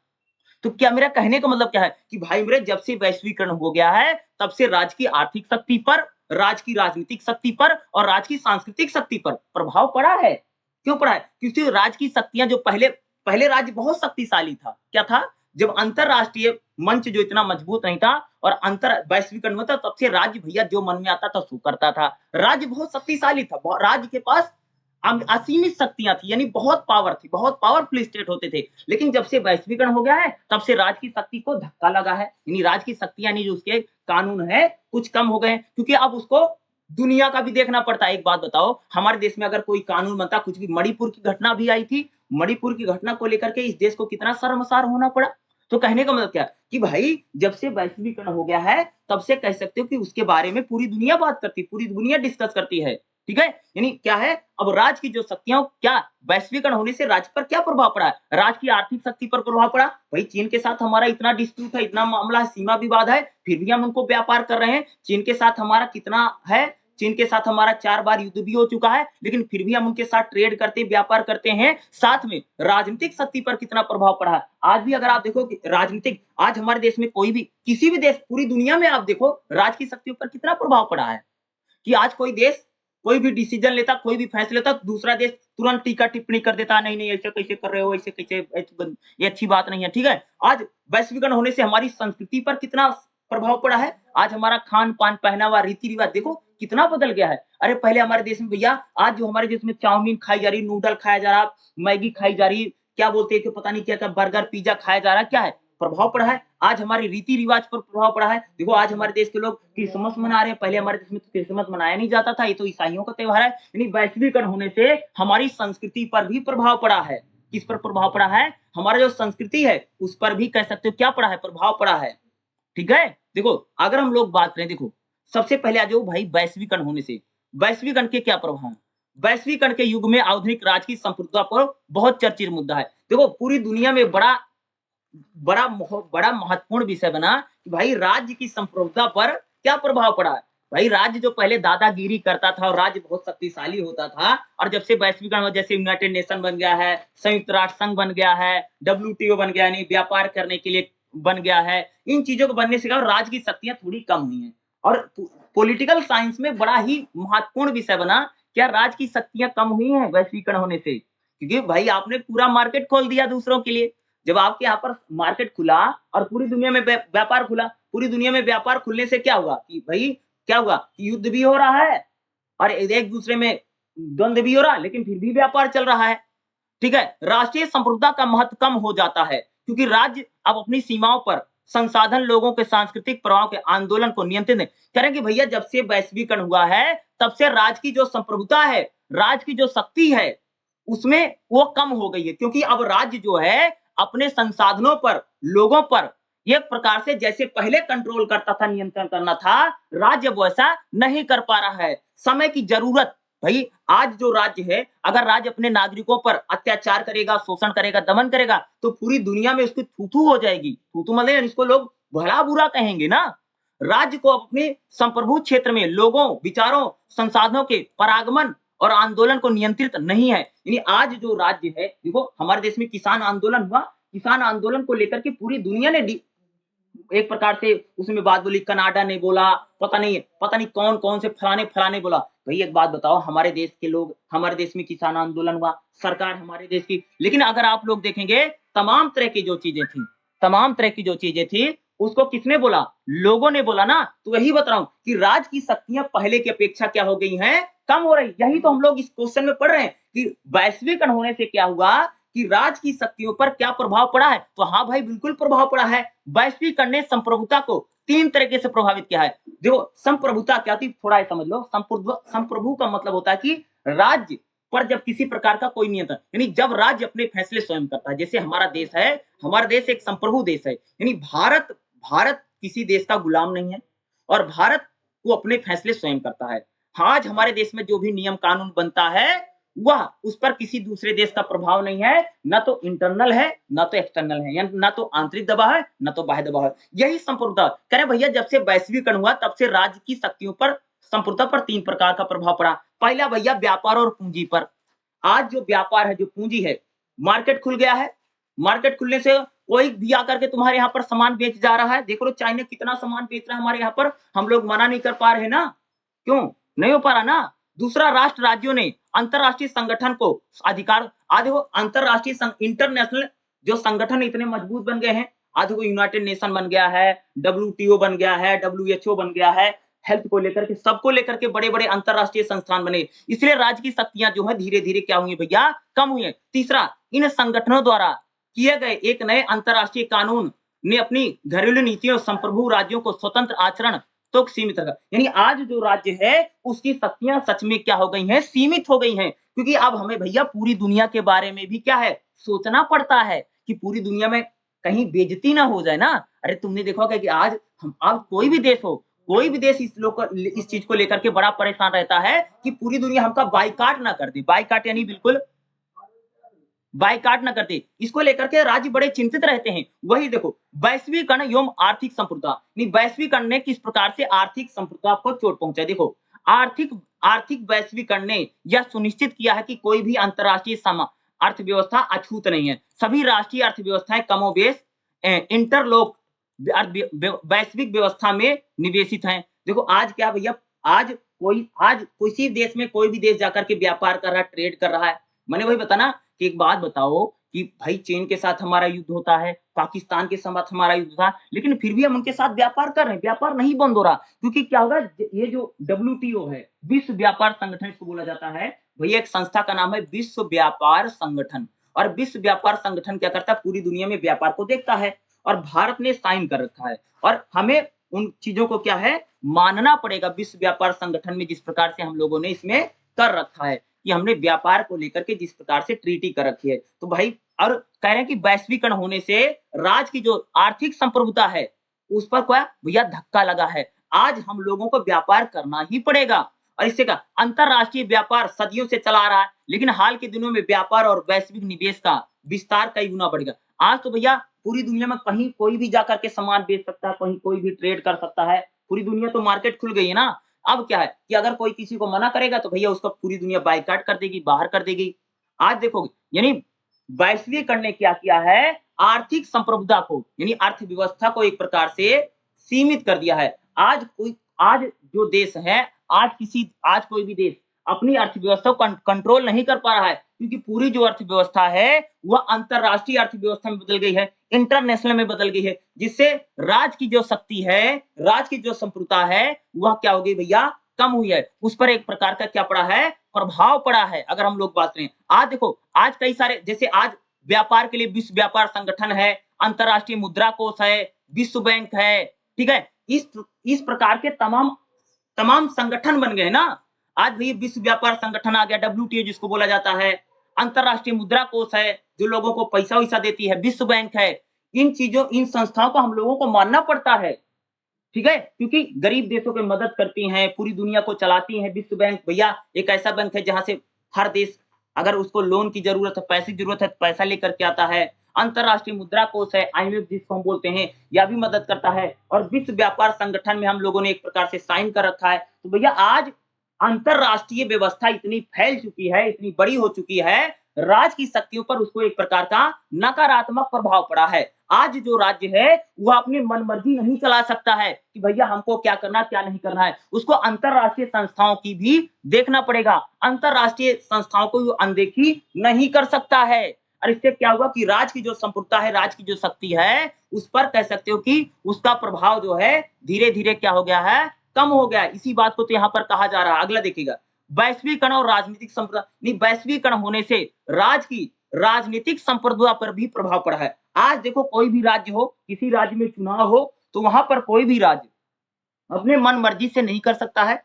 तमाम तरह की चीजें हम लोगों को वहां पर देखने को मिल रही ना। आज जो राज्य की शक्ति है, आज जो राजनीति है, देखो हर देश में राजनीति है, तो आज किसी भी देश की जो राजनीति है वह अंतरराष्ट्रीय चीजों को देख करके चलती है। देखा होगा ना, चीजों को देख करके चलती है। और जो भी देश अंतरराष्ट्रीय व्यवस्था को नहीं मानेगा, भाई उसका बाइकआउट कर देंगे। तो आज देखोगे राजनीति, देखो कोई भी देश अगर कोई कानून बनाता, कोई नियम बनाता है, तो उसको भैया बाहर का भी देखना पड़ रहा, पहले नहीं देखना पड़ता था। पहले तो राज्य की शक्तियां इतनी ज्यादा थी, उसको अगर कोई कानून बनाना है, कोई नियम बनाना है, कुछ भी करना है, तो आसानी से कर लेता था। आज राज्य जो है वो अपने राजनीतिक फैसले नहीं कर पा रहा है, क्योंकि उसको अंतरराष्ट्रीय कानूनों को भी देखना पड़ता है। एक बात बताओ, जैसे हमारे देश की सरकार को कोई कानून बनाना, क्या है भैया, कोई कानून बनाना, तो कानून बनाने से पहले उसको अंतरराष्ट्रीय व्यवस्था को भी देखना पड़ेगा कि अंतरराष्ट्रीय व्यवस्था किस प्रकार की चल रही है। और अंतरराष्ट्रीय व्यवस्था को अगर नहीं देखेगा तो क्या होगा भैया, सारे देश उसका एक प्रकार से बायकॉट कर देंगे। एक यानी अब राज्य किसी प्रकार के अगर कोई फैसले करता है, कोई राजनीतिक फैसले करता है, तो पूरी दुनिया पर उसका प्रभाव पड़ता है और किसी चीज का पूरी दुनिया पर प्रभाव पड़ेगा तो अंतरराष्ट्रीय व्यवस्था को हमको देखना पड़ेगा। इसीलिए तो कह रहे हैं कि वैश्वीकरण होने से राजनीतिक जो संप्रभुता थी राज्य की, वह क्या हो गई है भैया, कम हो गई है। आज कोई भी देश अगर किसी कानून को बनाना चाहता है तो कानून बनाने से पहले भैया वो किसी के खिलाफ ना हो, इसको बड़े ध्यान से देखना पड़ेगा। अगर वह किसी के खिलाफ होगा तो अंतरराष्ट्रीय जो मंच है, अंतरराष्ट्रीय जो संस्थान है, उस देश की क्या करेंगे, तीखी आलोचना करेंगे, उसकी बुराई करेंगे और बल्कि बोलेंगे इस कानून को वापस लीजिए, ये कानून बन नहीं सकता। पहले जो राज्य थे उसकी शक्तियां असीमित थी, पहले राज्य के मन में जो आता था वही कानून बना देता था, लेकिन आज जो राज्य की शक्तियां हैं वह सीमित हो गई हैं। आज राज्य की जो राजनीतिक संप्रभुता है वह क्यों हुई भैया, कम हुई, क्योंकि अब हमें अंतरराष्ट्रीय संस्थाओं को भी क्या करना है, देखना पड़ रहा है। वैश्वीकरण और सांस्कृतिक संप्रभुता क्या है भैया, वैश्वीकरण होने से सांस्कृतिक जो संप्रभुता है, संस्कृति मतलब संस्कृति समझते हो, खान पान पहनावा रीति रिवाज। आज भैया जब से वैश्वीकरण हुआ तब से हमारा खान पान बदल गया है। पहले हमारे देश में क्या भैया, दाल रोटी पराठे सब्जी एक खाया जाता था, लेकिन आज हमारे देश में क्या खाया जा रहा है, नूडल खाया जा रहा है, चाउमीन खाई जा रही है, पास्ता खाया जा रहा है, मैगी खाई जा रही है, फास्ट फूड कितना खाया जा रहा है, मोमोज खाए जा रहे हैं। क्या है ये, क्या है ये, सारे विदेशी व्यंजन है, हमारे देश में तो नहीं था। ये क्या है, ये वैश्वीकरण होने से तो हमारी संस्कृति पर प्रभाव पड़ा, हमारा खान पान पूरी तरीके से बदल गया। उसी प्रकार से हमारे देश में पहनावा, संस्कृति में पहनावा भी आता है। पहनावा जो हम लोग कपड़े पहनते, पहले देखो हमारे देश में कपड़े कैसे पहने जाते थे, सभी लोग भैया साड़ी पहनते थे या पुरुष जो होते थे पैंट शर्ट पहनते थे, कुर्ता पहनते थे। लेकिन आज देखो, आज जो पहनावा है बिल्कुल बदलता चला जा रहा है। क्या है पहनावा, उसी प्रकार से हमारे जो रीति रिवाज हैं, जो हमारे रीति रिवाज हैं, पूजा पद्धति है, वो भी धीरे धीरे क्या है, अंतरराष्ट्रीय व्यवस्था का उस पर भी प्रभाव पड़ा है कि आज हमारे जो रीति रिवाज हैं, जो हमारा खान पान है, जो पहनावा है, जो तीज त्योहार हैं, वो भी थोड़े से बदल गए। पहले हमारे देश में क्रिसमस का त्योहार नहीं मनाया जाता क्योंकि क्रिसमस जो है भैया ईसाइयों का त्योहार था, लेकिन आज देखो हमारे देश में क्रिसमस का त्योहार मनाया। उसी प्रकार से अगर आप देखोगे कि जो दिवाली है, दिवाली अमेरिका में मनाई जाती है, अमेरिका का राष्ट्रपति भी दिवाली मनाता है। तो मेरा कहने का मतलब क्या है कि जब से वैश्वीकरण हुआ तो संस्कृति का भी प्रसार हुआ है। देखो भारतीय संस्कृति को विदेश के लोग अपना रहे हैं। जैसे तुमने देखा कि भाई कोई चीन का आदमी है, तुमने देखा मथुरा वृंदावन में ऐसे कई सारे विदेशी लोग आकर के भाई मथुरा वृंदावन में ही रह जाते हैं, भगवान श्री कृष्ण की सेवा करते हैं और बिल्कुल साधु सन्यासी बन जाते हैं। ऐसे विदेश का आदमी आकर के ना, तो क्या जब से वैश्वीकरण हुआ तब से हमारी जो संस्कृति है, सभ्यता है, खान पान पहनावा, इसका भी भैया क्या होगा, प्रसार हुआ। और इससे कह सकते हैं राज की संप्रभुता पर पहले जो राष्ट्र होते थे उनका खान पान पहनावा रीति रिवाज बिल्कुल बदलता नहीं था, सेम रहता था, किसी दूसरे देश का प्रभाव उन पर नहीं पड़ता था। लेकिन आज राज का जो खान पान है, पहनावा, संस्कृति है, कल्चर है, उस पर कह सकते हैं कि अंतरराष्ट्रीय दूसरे देशों का प्रभाव भी क्या है भैया, बहुत ज्यादा पड़ रहा है। आज धर्म हो, अनुष्ठान हो, कला हो, पेशा हो, शैली हो, खान पान हो, सभी पर अगर आप देखोगे तो एक प्रकार से अंतरराष्ट्रीय व्यवस्था का काफी कुछ प्रभाव पड़ रहा है। आज जो हमारी संस्कृति बहुत ज्यादा लचीली हो गई है भैया, आज किसी भी संस्कृति पर दूसरी संस्कृति का प्रभाव पड़ जाता है। आज देखो हमारा खान पान बदल गया, हमारा पहनावा बदल गया, हमारा उठना बैठना बदल गया, हमारे तीज त्योहार बदल गए। क्या है, क्योंकि अंतरराष्ट्रीय यानी वैश्वीकरण होने से सारा क्या हो भैया, प्रभाव पड़ा है। इससे कह सकते हो कि हमारी संस्कृति सभ्यता को भी एक प्रकार से धक्का लगा। भारतीय सभ्यता संस्कृति भैया धीरे धीरे क्या हो रही है, लोग दूसरी पाश्चात्य संस्कृति माने ना, अमेरिका के कंपनी सॉरी जो संस्कृति है। आज हम लोग दूसरी संस्कृति को मान रहे हैं ना। देखो आज हम लोग कैसे कपड़े पहनते हैं, कैसा खाना खाते हैं, कैसे उठते बैठते हैं, हमारे संस्कार कैसे हो गए। आज देखो मोबाइल आने से, लैपटॉप आने से, कंप्यूटर आने से कह सकते हैं जो हमारी टेक्नोलॉजी है उसका भी प्रभाव पड़ा है। वैश्वीकरण एक प्रकार से क्या किया है, खान पान रीति रिवाज इन सबको पूरी तरह से बदल के रख दिया है। आज देखोगे कंप्यूटर है, लैपटॉप है, टीवी है, मोबाइल है, इंटरनेट है, इन चीजों ने भाई पूरी तरह से हमारी संस्कृति को बदल करके रख दिया है। आज देखो टीवी पर भाई विदेशी सीरियल लोग देखते हैं और उसी प्रकार की चीजों को करने लग जाते हैं। यही तो हमारा, इसका क्या होगा, संस्कृति पर क्या भैया एक प्रकार का प्रभाव पड़ा है, किसके, वैश्वीकरण होने से। वैश्वीकरण होने से हमारी जो संस्कृति है, खान-पान, पहनावा, कल्चर है, इस पर भी हम लोगों को प्रभाव देखने को मिला। तो ये क्वेश्चन आपके लिए बड़ा इंपॉर्टेंट है और दूसरे चैप्टर में ये क्वेश्चन आपसे एग्जाम में पूछा जा सकता है। तो कौन-कौन सा क्वेश्चन अगर मैं बात करूँ जो आपके एग्जाम में आ सकता है, खास तौर से आपका जो दूसरा चैप्टर है, इसमें संप्रभुता। संप्रभुता शायद आपका 10 नंबर में पूछ लेगा। संप्रभुता क्या होता है? देखो, जब कोई देश आंतरिक यानी बाहरी रूप से बाहर यानी बाहर से भी किसी देश का प्रेशर नहीं, दबाव नहीं कि वो किसी दूसरे देश के कहने से कानून बना रहा, ना तो देश के अंदर में उसका यानी जब राज्य अपने फैसले स्वयं करता है, ठीक है? जब राज्य सभी राजनीतिक फैसले स्वयं करता है, उसी को हम लोग बोलते हैं संप्रभुता। संप्रभु मतलब क्या है? कि राज्य इतना ज़्यादा शक्तिशाली हो गया है कि सभी फैसले वो स्वयं करता है। वह किसी के दबाव में ना तो आंतरिक दबाव है, ना तो बाहरी दबाव है। ना तो किसी बाहर के देश का दबाव था, ना तो देश के अंदर में किसी बात की मारा। यानी इसी को हम लोग बोलते हैं संप्रभुता। अधिकार क्षेत्र क्या है? कोई भी जो राज्य होता है, उसका एक इलाका होता है। जैसे आप देखोगे जैसे हमारा देश भारत है, तो भाई भारत का भी एक प्रकार से क्षेत्र ना, हमारे देश में कश्मीर से कन्याकुमारी तक, ठीक है? और देखोगे उधर गुजरात से असम तक फैला हुआ। तो इस अधिकार क्षेत्र यानी राज्य जो है वो अपने अधिकार क्षेत्र पर ही संप्रभुता को चलाता है। तो भारत जहाँ तक फैला हुआ तो भारत की वहाँ तक संप्रभुता वहाँ पर भारत जो हमारा देश है कोई कानून बनाएगा, कोई नियम बनाएगा तो सभी क्या होंगे? लागू होंगे ना।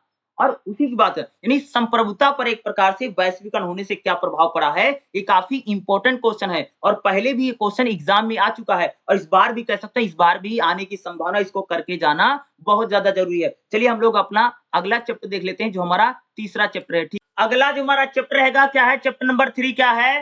वैश्विक अर्थव्यवस्था, वित्तीय संस्थाएँ, आईएमएफ और विश्व बैंक, ये दोनों बहुत इंपॉर्टेंट है। या तो आपसे एग्जाम में पूछेगा वैश्विक अर्थव्यवस्था को लेकर के, खास तौर से इसमें जो इंपॉर्टेंट क्वेश्चन क्या है? वैश्विक अर्थव्यवस्था के चरण, ये बहुत इंपॉर्टेंट है, जो कि आपके एग्जाम में पूछा जा सकता है कि भाई मेरे कि वैश्विक अर्थव्यवस्था के चरण बताओ, ठीक है? बहुत इंपॉर्टेंट हो सकता है 3.2। दूसरा जो आपके लिए इंपॉर्टेंट बनेगा वैश्विक वित्तीय संस्था यानी अंतरराष्ट्रीय मुद्रा कोष, जिसको हम आईएमएफ बोलते हैं। दूसरा पुनर्निर्माण एवं विकास के लिए अंतरराष्ट्रीय बैंक, जिसको आईबीआरडी बोलते हैं, आईबीडीआरडी। ये अंतर आईएमएफ आपका 10 नंबर में आ सकता है, ये 10 नंबर में आ सकता है और आईडीबीआरडी जो है ये भी आपका 10 नंबर में आ सकता है। अगर आपसे पूछेगा उदारवाद और नव उदारवाद भी आ सकता है, जो कि 10 नंबर में आ सकता है, ठीक है? इस टाइप के क्वेश्चन आपका 10 मार्क्स में पूछा जा सकता है। तीसरा चैप्टर काफी इंपॉर्टेंट चैप्टर है, इस चैप्टर में से भी आपको एग्जाम में क्वेश्चन देखने को मिलेगा ही मिलेगा। इस बात को मेरी याद रखिएगा और जो-जो चीजें मैंने बताया है, ये चीजें आपके लिए इंपॉर्टेंट हो सकती है और एक क्वेश्चन जो-जो चीजें, एक तो भाई 3.2 जो 20 नंबर में आने का है, लगभग ये 20 नंबर में आ सकता है, ठीक है? उसके बाद उदारवाद, नव उदारवाद लगभग 10 नंबर में आ सकता है, या उदारवाद पूछेगा या नव उदारवाद पूछेगा, मैं इसको समझा दूंगा। और इंपॉर्टेंट बेस क्या बनेगा? ये आज से आईएमएफ या आईबीडीआरडी पूछा जा सकता है। तो चलिए हम लोग तीसरा चैप्टर को देख लेते हैं, जो हमारा काफी इंपॉर्टेंट चैप्टर। देखिएगा वैश्विक अर्थव्यवस्था के चरण क्या है, यानी पूरी दुनिया में जो अर्थव्यवस्था है वो कैसे रही अलग-अलग समय में। देखो, आधुनिक वैश्विक अर्थव्यवस्था के विकास के विभिन्न चरणों को समझने से पहले विषय के अर्थ के और महत्व को समझना, यानी कि भैया कि अगर हम लोगों को अर्थव्यवस्था के चरण समझना है, उससे पहले अर्थव्यवस्था होती क्या है, इसके अर्थ को जान लो और इसका महत्व क्या है। जो अर्थव्यवस्था है उसका महत्व क्या है और इसका अर्थ क्या है, यह समझना हमारे लिए क्या सबसे ज्यादा जरूरी है। वैश्विक अर्थव्यवस्था को विभिन्न देशों में अंतर आर्थिक गतिविधि के रूप में, यानी वैश्विक अर्थव्यवस्था को जो भैया अलग-अलग देश अलग-अलग प्रकार से बताते हैं। वैश्विक अर्थव्यवस्था यानी पूरी दुनिया की जो अर्थव्यवस्था है, पूरी दुनिया की जो इकोनॉमी है, उसी को हम लोग क्या बोलते हैं? वैश्विक अर्थव्यवस्था। क्या बोलने बोला कि पूरी दुनिया की जो अर्थव्यवस्था होती है, उसी को हम लोग क्या बोलते हैं? वैश्विक अर्थव्यवस्था, ठीक है? हालांकि वैश्विक अर्थव्यवस्था को किसी निश्चित समय सीमा में हुए राजनीतिक विकास के अभाव में नहीं समझा जा सकता है। यानी क्या है? वैश्विक अर्थव्यवस्था को हम किसी निश्चित सीमा में हुए यानी राजनीतिक विकास के अभाव को वैश्विक अर्थव्यवस्था नहीं बोला। यानी कहीं पर किसी देश में अगर राजनीति में विकास नहीं होता है, तो इसका मतलब क्या है? वो वैश्विक अर्थव्यवस्था नहीं है, ठीक है? अर्थशास्त्र और राजनीति का यह परस्पर संबंध है कि हमें वैश्विक अर्थव्यवस्था को आकार और कार्य को समझने के लिए विश्लेषण यानी अर्थ जो इकोनॉमिक्स विषय है, अर्थशास्त्र जो होता है, जो राजनीति क्या करती है, ये वैश्विक अर्थव्यवस्था को समझने में क्या करती है? मदद करती है। यानी अर्थशास्त्र के जरिए और राजनीतिक विज्ञान के जरिए हम लोग वैश्विक अर्थव्यवस्था को क्या कर सकते हैं? समझ सकते हैं। वैश्विक अर्थव्यवस्था का मतलब क्या है कि राज्य का कामकाज कैसा है और राज्य के बाजार कैसे हैं, इसी को वैश्विक अर्थव्यवस्था कहते हैं। राज्य का कामकाज कैसे है और राज्य का बाजार कैसा है, बाजार पर कैसे कंट्रोल है, ये वैश्विक अर्थव्यवस्था में। और खास से अर्थशास्त्र का विषय जो अर्थशास्त्र और राजनीतिक विज्ञान, ये वैश्विक अर्थव्यवस्था को समझने में क्या करता है भैया मेरे, मदद करता है। जो भी वैश्विक अर्थव्यवस्था को समझने में क्या करेगा, मदद करेगा। अंतरराष्ट्रीय व्यवस्था को स्पष्ट रूप से बताया गया है कि राज्य और संबंधित राजनीतिक प्रक्रियाएं धन विशेष रूप से राजनीतिक निर्णय हित और आर्थिक गतिविधियों के स्थान, इन गतिविधियों की लागत और लाभ को वितरण को प्रभावित करते हैं। देखो कह रहा कि जो अंतरराष्ट्रीय अर्थव्यवस्था होती है उसमें राज्य जो है, राज्य अगर किसी प्रकार का काम करता है, राज्य का हित का हो, आर्थिक गतिविधि हो, राज्य की जितनी भी आर्थिक गतिविधियां हैं उनका जो लाभ है वो वितरण को हम आर्थिक, राज्य आर्थिक आधार पर किसी काम को करता है तो अंतरराष्ट्रीय अर्थव्यवस्था में गिना जाएगा। राज्य किसी भी प्रकार का अगर काम करता है, चाहे वो अपनी भलाई के लिए करता है, चाहे अपनी बुराई के लिए करता है, राज्य की समस्त आर्थिक गतिविधियां जो होंगी वह वैश्विक अर्थव्यवस्था के रूप में कह सकते हो कि उनको हम लोग गिनते हैं। अब देखिए पॉइंट नंबर 1 क्या बनेगा, व्यापार युग का प्रारंभ। देखो वैश्विक अर्थव्यवस्था कब से हुई भैया मेरे, वैश्विक अर्थव्यवस्था 1500 से लेकर के 1700 तक रही, जिसमें व्यापार खूब हुआ। आप सबको पता हो कि 16वीं शताब्दी में 16वीं से लेकर के 18वीं शताब्दी में व्यापार खूब हुआ, व्यापार खूब होता था। इस समय क्या होता था कि एक देश का आदमी दूसरे देश में जाकर के लोग क्या करते थे भैया, खूब व्यापार करते थे। जैसे यह युग था जैसे Europe, Africa, Asia, America, Australia, इन सारे महाद्वीपों में व्यापार शुरू हुआ। वैश्विक अर्थव्यवस्था जब शुरू हुई तो भैया एशिया हो, यूरोप हो, अफ्रीका हो, अमेरिका, ऑस्ट्रेलिया हो, इन द्वीपों में क्या यानी जो द्वीप समूह है इन देशों में आपस में क्या हुआ भैया, व्यापार शुरू हुआ। व्यापार चीजों को बेचना और खरीदना, एक देश चीज को बेचता था, दूसरा देश चीजों को खरीदता था। और यहाँ पर क्या होता था, माल को ढोया जाता था समुद्र के रास्ते, एक देश से दूसरे देश में जाता था। 16वीं और 17वीं शताब्दी में व्यापार खूब बढ़ा और 17वीं शताब्दी में डच कंपनी, अंग्रेजी कंपनियां, इन कंपनियों ने व्यापार खूब बढ़ाया।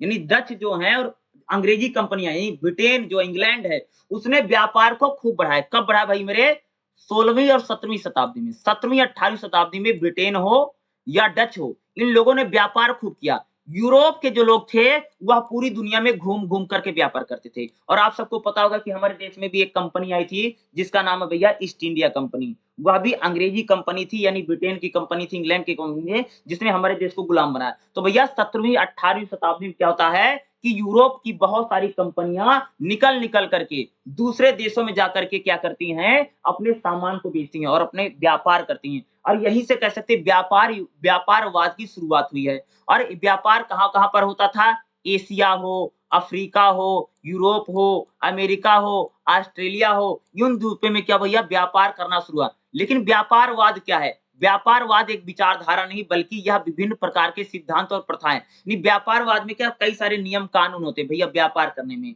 जिसे यूरोप के विभिन्न देशों ने अलग अलग समय पर सोच समझ करके अपनाया। भैया व्यापार की जो शुरुआत है मूलतः यूरोप से मानी जाती है। कहां पर जी, यूरोप से। और यूरोप के जो अलग अलग देश है वो क्या करते थे भैया, व्यापार करते थे। व्यापार किसका होता था, सोने का व्यापार, चांदी का व्यापार, ठीक है, या बहुमूल्य वस्तुओं का व्यापार, खान पान की वस्तुओं के व्यापार, कीमत धातुओं का भी व्यापार खूब होता था। जो कीमती कीमती धातुएं नहीं थे उनका व्यापार खूब होता था। कब, 17वीं शताब्दी में, 18वीं शताब्दी में इन चीजों का व्यापार क्या है, खूब होता था। 17वीं शताब्दी तक यूरोपीय व्यापार बहुत अच्छे स्तर पर होता था। 17वीं शताब्दी पर अगर देखोगे तो पूरी दुनिया में जो यूरोप का व्यापार है सबसे ज्यादा फेमस रहा। कहां का भैया, 17वीं शताब्दी तक यूरोप का जो व्यापार है अपने उच्च स्तर पर पहुंचा, अपने पीक पर पहुंचा। जितनी बड़ी आबादी होगी राज्य उतना ही मजबूत और आत्मनिर्भर होगा। ये कहा जाता था कि व्यापार में भैया राज्य के पास जितनी जनसंख्या होगी राज्य उतना मजबूत होगा। राज्य, राजा और राष्ट्रीय अंतरराष्ट्रीय व्यवस्थाओं को बनाने और दिशा देने में भूमिका निभाते हैं।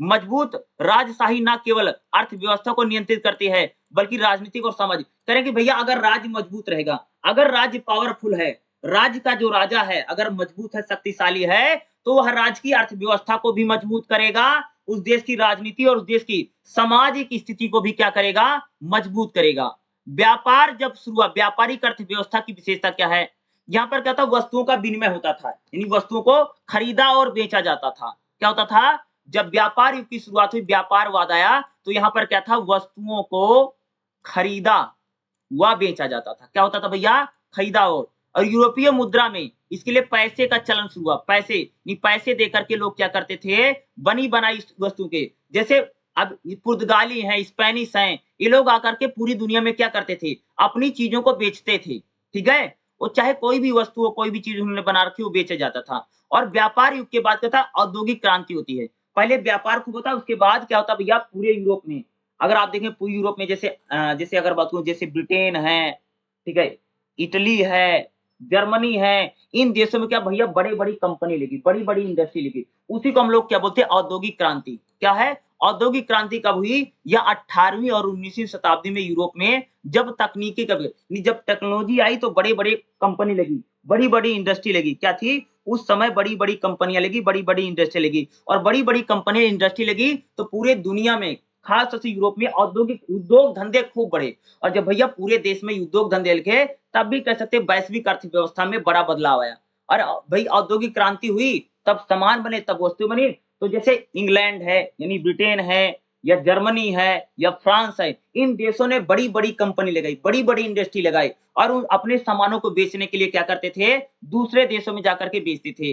ठीक है? और इसी तरीके से इसी इसी के चक्कर में देखा होगा कि हमारे देश में एक कंपनी आई, जिसका नाम है east India company. East India company भाई इंग्लैंड में जो चीजें बनती थी, उसको ला करके भारत में बेचती थी, और बाद में उन्होंने ही हमारे देश को गुलाम बनाया। यानी औद्योगिक क्रांति, यानी अगर आप देखेंगे, वैश्विक अर्थव्यवस्था का गाला चरण क्या है? औद्योगिक क्रांति। जब पूरी दुनिया में औद्योगिक क्रांति हुई, यानी तकनीक लगती है, यानी मशीनों के जरिए सामान को जब बनाया जाता है, बड़ी-बड़ी इंडस्ट्री लगी, बड़ी-बड़ी फैक्ट्री लगती है, उसी को हम लोग बोले औद्योगिक क्रांति। और औद्योगिक क्रांति ने क्या किया? सामंतवाद को कम, उससे पहले सामंतवाद चलता था, ठीक है? और फिर औद्योगिक क्रांति, यानी अब यहाँ पर जो समाज था, वह उद्योगपति और मजदूर में बँट गया। समाज में दो धड़े हो गए। एक तो भैया पूंजीपति होता था, जिसने बड़ी-बड़ी कंपनी लगा ली, बड़ी-बड़ी इंडस्ट्री लगाई है, वो पूंजीपति, और दूसरा मजदूर होते थे, जो कंपनियों में क्या करते थे? काम करते थे। और कह सकते हैं जब औद्योगिक क्रांति हुई है, तब इसने क्या किया? पूरी दुनिया को बदल के रख दिया। औद्योगिक क्रांति ने किया क्या? इतिहासकार एक मत नहीं है कि औद्योगिक क्रांति कब शुरू हुई। देखो, इतिहासकार जो है, अलग-अलग राजनीतिक विचारक जो है, वह औद्योगिक क्रांति की शुरुआत अलग-अलग बताता है। लेकिन कहा जाता है कि औद्योगिक क्रांति की शुरुआत 17वीं शताब्दी में हुई है। 17वीं शताब्दी में कहा जाता है कि औद्योगिक क्रांति की शुरुआत मानी जाती है। लेकिन कोई-कोई इसको 18वीं शताब्दी बोला था। नहीं, यही बोला है कि इतिहासकार जो है, वह एक मत नहीं है कि भैया औद्योगिक क्रांति की शुरुआत कब हुई है। औद्योगिक क्रांति में भैया जो उत्पादन होता, जो सामान बनता था, वो बहुत ज़्यादा बनता था, और उस सामान को बेचने के लिए देश क्या करते थे? दूसरे देशों में जाते थे, और अपने प्रोडक्ट को, अपने सामान को क्या करते थे? वो लोग बेचते थे। उनके पास जो भी प्रोडक्ट होता था, जो भी वस्तुएँ होती थी, वो क्या करते थे? उनको दूसरे देशों में जाकर के बेचा जाता था। और यहाँ पर क्या था भैया? बड़ी-बड़ी फैक्ट्री लगी, बड़ी-बड़ी इंडस्ट्री लगी, उनमें सामान बनता था, उसमें जूता, चप्पल, कपड़े, ये सारे खूब बनते थे, और उनको ला जाया जाता दूसरे देशों में बेचा जाता था। और उसी चक्कर में तुमने देखा होगा कि हमारे देश में भी एक कंपनी आती है, जिसका नाम भैया ईस्ट इंडिया कंपनी आती है। ठीक है? यानी यहाँ पर जो भी सामान बनता था, और यहाँ पर जब इंडस्ट्री लगी ना, उद्योग धंधे लगे, यहाँ पर तकनीक का विकास बहुत ज़्यादा। सरकार की मदद से और तकनीक की मदद से पूरे यूरोप ने खूब कंपनी लगे, खूब इंडस्ट्री लगाई। उसके बाद भैया कि जब 1945 आता है, जब सेकंड वर्ल्ड वॉर के बाद क्या फिर पूरी तरह अर्थव्यवस्था बदली। 1935 के बाद क्या था? वैश्विक अर्थव्यवस्था का प्रसार हुआ, और तब कह सकते हैं कि जो एक प्रकार से औद्योगिकरण था, वो थोड़ा कम हुआ।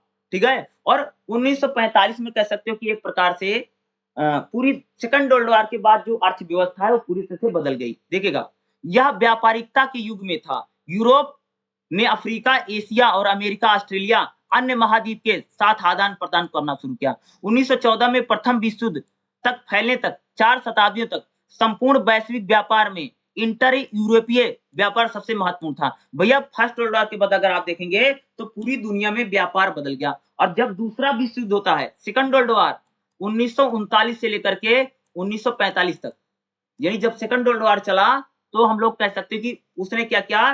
व्यापार और वैश्विक अर्थव्यवस्था को उसने क्या पूरी तरीके से क्या बोला? उसने पूरी तरह से वैश्विक जो अर्थव्यवस्था है, उसको बदल के वो क्या कर देता है? रख देता है। प्रथम विश्व युद्ध तक औद्योगिक क्रांति खूब मशहूर थी, लेकिन द्वितीय विश्व युद्ध के बाद अगर आप देखेंगे, तो वैश्विक अर्थव्यवस्था काफ़ी हावी रही।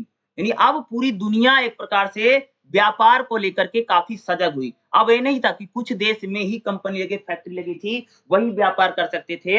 अब पूरी दुनिया व्यापार में एक गति से आने लगी, क्योंकि सेकंड डॉलर के बाद अगर आप देखेंगे पूरी दुनिया में बड़े बदलाव होते क्या होते? सेकंड डॉलर यानी द्वितीय जब विश्व युद्ध होता उसके बाद अगर आप देखेंगे पूरी दुनिया में बड़े बदलाव होते हैं। और 18वीं और 19वीं और 20वीं और 21वीं शताब्दी आती है अगर आप देखेंगे तो 19वीं और 20वीं शताब्दी में, 19वीं शताब्दी के अंत तक इस्पात, रेलवे, उपकरण, मशीन, इलेक्ट्रॉनिक इंजीनियरिंग यानी इसमें विश्व यानी दुनिया ने बहुत प्रगति की। यानी अब धीरे-धीरे कह सकते हो कि व्यापार पूरी तरह से बदल गया।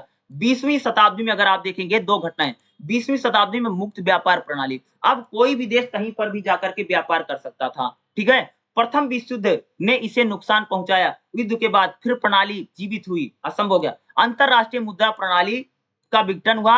1914 में रूस, जर्मनी, फ्रांस जैसे देशों ने अपनी मुद्राओं की परिवर्तनीय सोने को बदल दिया।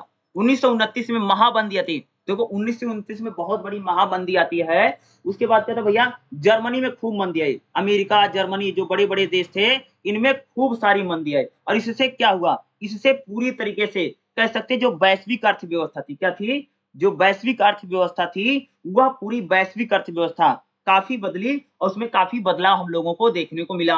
और अगर आप देखेंगे 20वीं शताब्दी में, 21वीं शताब्दी में वैश्विक अर्थव्यवस्था थी और पूरी दुनिया में काफ़ी बदलाव आता है। अब धीरे-धीरे व्यापार पर किसी कुछ देशों का कंट्रोल नहीं रहा, बल्कि पूरी दुनिया जो थी उसमें एक प्रकार से वैश्वीकरण हुआ, ग्लोबलाइजेशन हुआ और पूरी दुनिया कह सकते हैं अर्थव्यवस्था में भाग ली। अब किसी एक देश की दादागिरी व्यापार में नहीं चली, बल्कि सारे देश जो थे उनकी एक बड़ी भूमिका हम लोगों को देखने को मिलती है। उसके बाद अगर बात करूँ आपके लिए उदारवाद का एक बड़ा क्वेश्चन इंपॉर्टेंट हो सकता है। उदारवाद समझते हो? उदारवाद का मतलब होता है भाई मेरे कि जब कोई देश व्यक्ति को स्वतंत्रता देता है और व्यक्ति को ज़्यादा से ज़्यादा अधिकार देने के पक्ष में होता है, उसी को हम लोग बोलते हैं उदारवाद। यानी जब कोई राज्य व्यक्तियों को कानून को छूट देता है, यानी व्यक्तियों को ज़्यादा महत्वपूर्ण माना जाता है।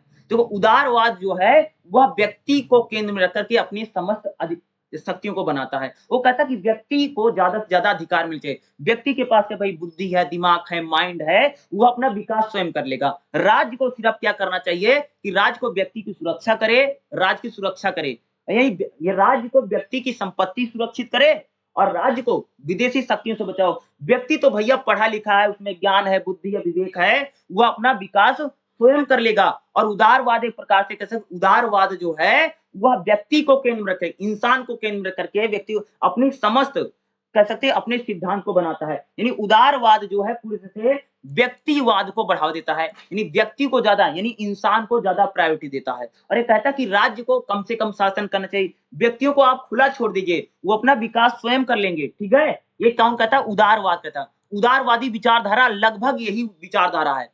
शास्त्रीय उदारवाद क्या है? भैया शास्त्रीय उदारवाद बात करें, शास्त्रीय उदारवाद कहता है कि राज्य को कम से कम शासन करना चाहिए, यानी राज्य को अपनी शक्तियों का कम से कम प्रयोग करना चाहिए। क्या है? राज्य को दुनिया भर के नियम कानून नहीं बनाने चाहिए। अगर राज्य ज्यादा से ज्यादा नियम कानून बनाएगा तो व्यक्ति अपना विकास नहीं कर पाएगा, व्यक्ति अपना विकास सही से कर सके, ठीक है? इसके लिए राज्य को कम से कम कानूनों को व्यक्ति पर लादना चाहिए, थोपना चाहिए, नहीं तो व्यक्ति अपना विकास नहीं कर पाएगा, ठीक है? और राज्य हर व्यक्ति का विकास नहीं, तो व्यक्ति का विकास हो इसके लिए राज्य को चाहिए कि वह व्यक्ति पर कम से कम नियम कानून को लाए। ये शास्त्रीय उदारवाद है। लगभग उदारवाद जो है वही शास्त्रीय उदारवाद है। उदारवाद किसने बताया है? जैसे John Locke, Adam Smith, John Stuart Mill, इन लोगों ने उदारवाद की सिद्धांत दिए। उदारवाद का सिद्धांत किसने दिया है? John Locke, Adam Smith, John Stuart Mill, इन लोगों ने क्या किया? उदारवाद का सिद्धांत दिया है। ये सारे उदारवादी विचारक हैं, ठीक है?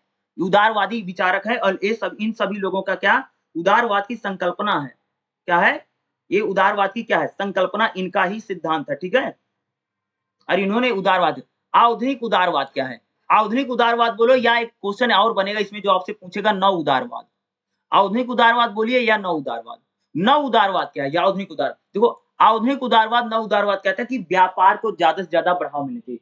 यह भी देखो उदारवाद की तरह नव उदारवाद है, लेकिन नव उदार इसी बात को कहता है, वो सबसे ज्यादा अर्थव्यवस्था पर जोर देता है। वो कहता है कि अर्थव्यवस्था यानी व्यक्ति को भैया ज्यादा से ज्यादा व्यापार करने की, ट्रेड करने की उसको थोड़ा यानी आर्थिक गतिविधियों को ज्यादा बढ़ावा देता है। क्या?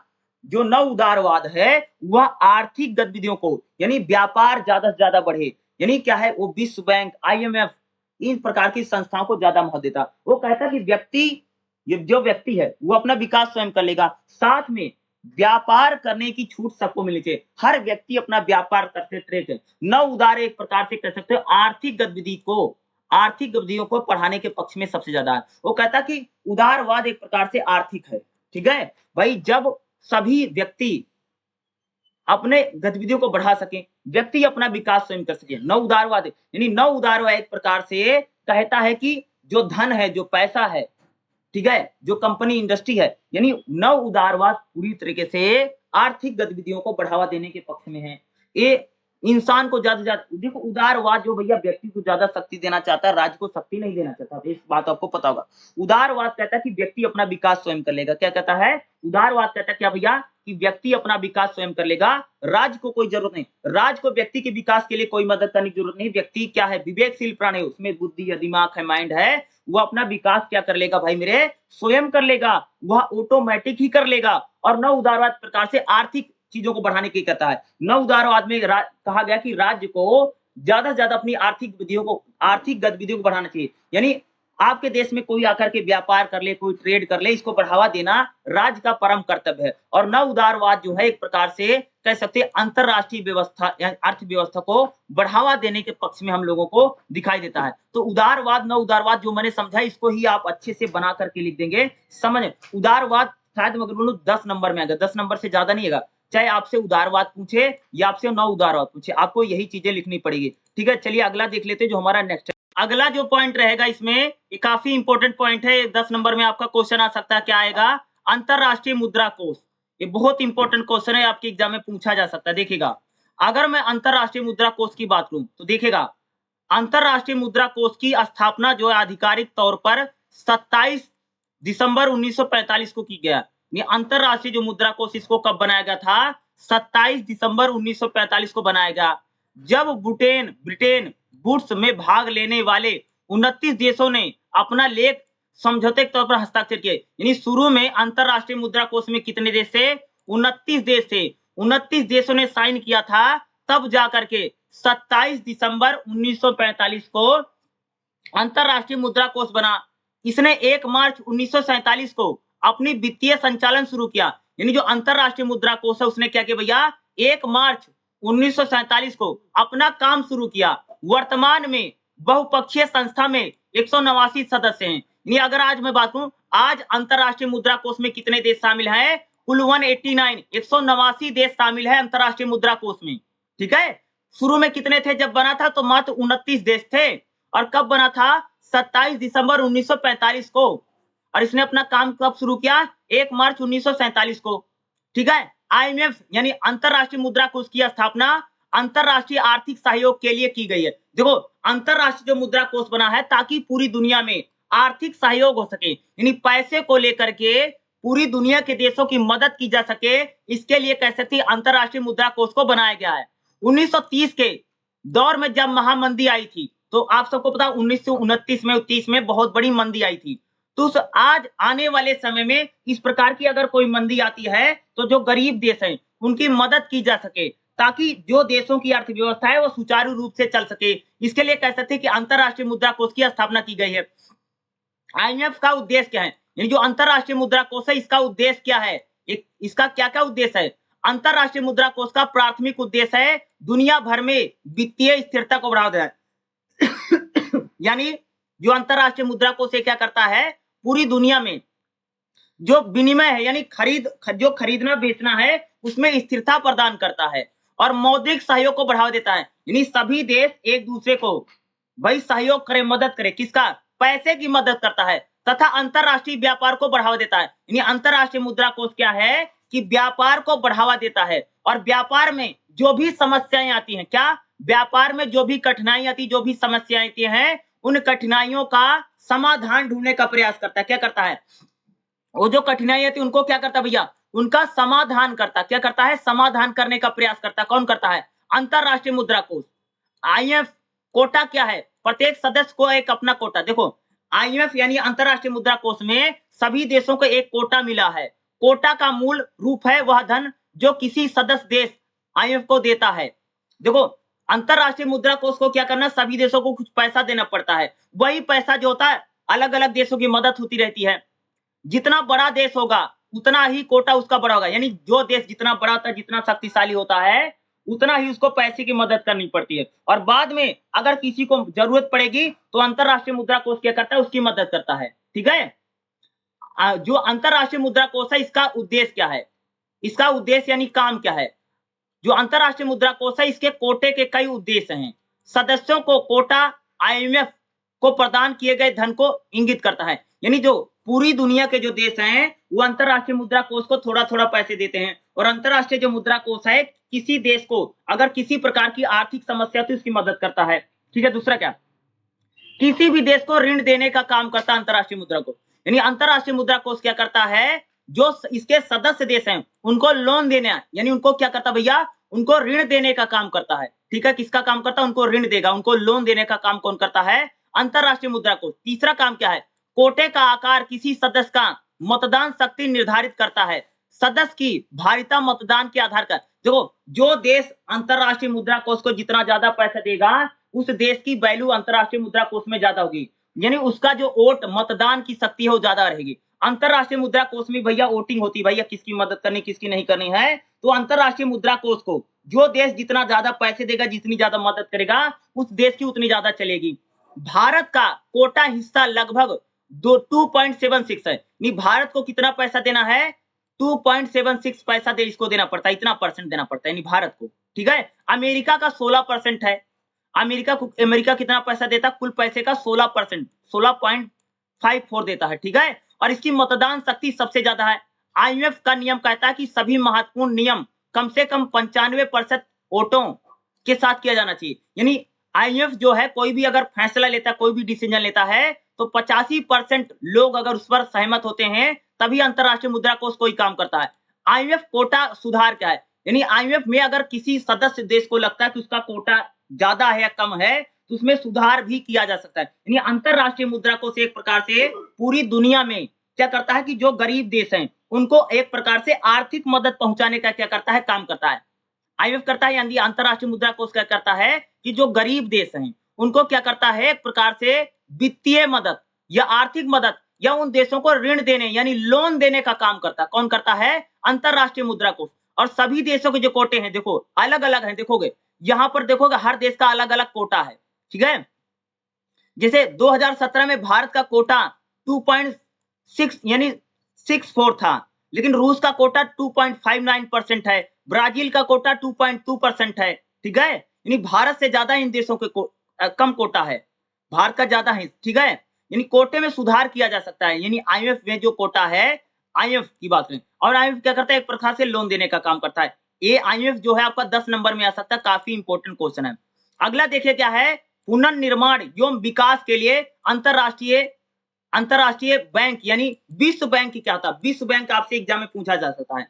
अंतरराष्ट्रीय विकास संघ आईडीबीआई के साथ आईआरडीबी को विश्व बैंक संगठन कहा जाता है। विश्व बैंक एक बहुपक्षीय संस्थान है, यानी विश्व बैंक क्या है, एक बहुत बड़ा बहुपक्षीय संस्थान है। ठीक है। आमतौर पर आईएमएफ का प्रत्येक सदस्य विश्व बैंक का भी सदस्य बनता है। भैया जो आदमी अंतरराष्ट्रीय मुद्रा कोष का सदस्य होता है वह देश विश्व बैंक का भी सदस्य बन जाता है। एक प्रकार का बैंक है जो पूरी दुनिया के देशों को क्या करता है, आर्थिक मदद करता है। विश्व बैंक क्या करता है, पूरी दुनिया के देशों को क्या करता है भैया, आर्थिक मदद करता है। विश्व बैंक का जनादेश दीर्घकालिक आर्थिक विकास, यानी विश्व बैंक क्या करता है, पूरी दुनिया में आर्थिक विकास को बढ़ावा देता है। विश्व बैंक क्या करता है भैया कि पूरी दुनिया में आर्थिक विकास को क्या करता है, बढ़ावा देने का काम करता है। यानी जो आर्थिक विकास है उसको बढ़ावा देने में इसकी मदद करता है। विशेष क्षेत्रों में सुधार करना, यानी एक विश्व बैंक क्या करता है कि सुधार करना और अपनी परियोजनाओं को लागू करता है। और वित्तीय सहायता प्रदान करना, यानी विश्व बैंक क्या है कि देशों को वित्तीय सहायता प्रदान करके दुनिया में गरीबी कम करने का काम करता है। विश्व बैंक क्या है कि ज्यादातर देशों की यानी जो गरीब देश है उनकी आर्थिक मदद करता है ताकि गरीबी को कम किया जा सके। ठीक है। विश्व बैंक में कुल 189 सदस्य हैं, यानी विश्व बैंक में यानी जितना आईएमएफ में सदस्य हैं अंतरराष्ट्रीय मुद्रा कोष में उतने ही सदस्य किसमें हैं, विश्व बैंक में भी लगभग 189 सदस्य हैं। इन सभी सदस्य देशों में शेयर निर्धारक एक बोर्ड ऑफ गवर्नर्स का, जो विश्व बैंक है उसको चलाने के लिए एक बोर्ड ऑफ गवर्नर्स की स्थापना की गई है, जो विश्व बैंक का अंतिम निर्देशक है। आमतौर पर राज्यपाल सदस्य को वित्त मंत्री या विकास मंत्री, यानी विश्व बैंक में भी कई सारे अधिकारी होते हैं, वहां पर वित्त मंत्री होता है और विकास मंत्री होता है। और विश्व बैंक क्या करता है, एक प्रकार से गरीब देशों की आर्थिक मदद करता है और पूरी दुनिया में गरीबी कम करने के लिए विश्व बैंक क्या है, तमाम तरह के प्रयास करता है। ठीक है, विश्व बैंक जो है, विश्व बैंक की जो स्थापना है उसके बाद विश्व बैंक का पहला कार्य 1950 से शुरू हुआ। विश्व बैंक जो है उसने अपनी स्थापना के बाद 1950 से अपना काम शुरू किया है और 1956 में अंतरराष्ट्रीय वित्त सहयोग की स्थापना की गई। इसका उद्देश्य निजी संगठनों को क्रेडिट देना है। जो विश्व बैंक है वो क्या करता है, पूरी दुनिया में जो प्राइवेट संस्थान है उसको एक प्रकार से मदद करने का भी काम करता है। 1960 और 70 के दशक में पश्चिमी देशों ने औद्योगिक देशों को भुगतान के असंतुलन के कारण अंतरराष्ट्रीय वित्तीय शासन का संकट पैदा हो गया। 1971 में अमेरिकी डॉलर के सोने परिवर्तनीय आधिकारिक समाप्ति की तरह संकट का तत्काल ट्रिगर था। 1970 के दशक में तेल संकट आया।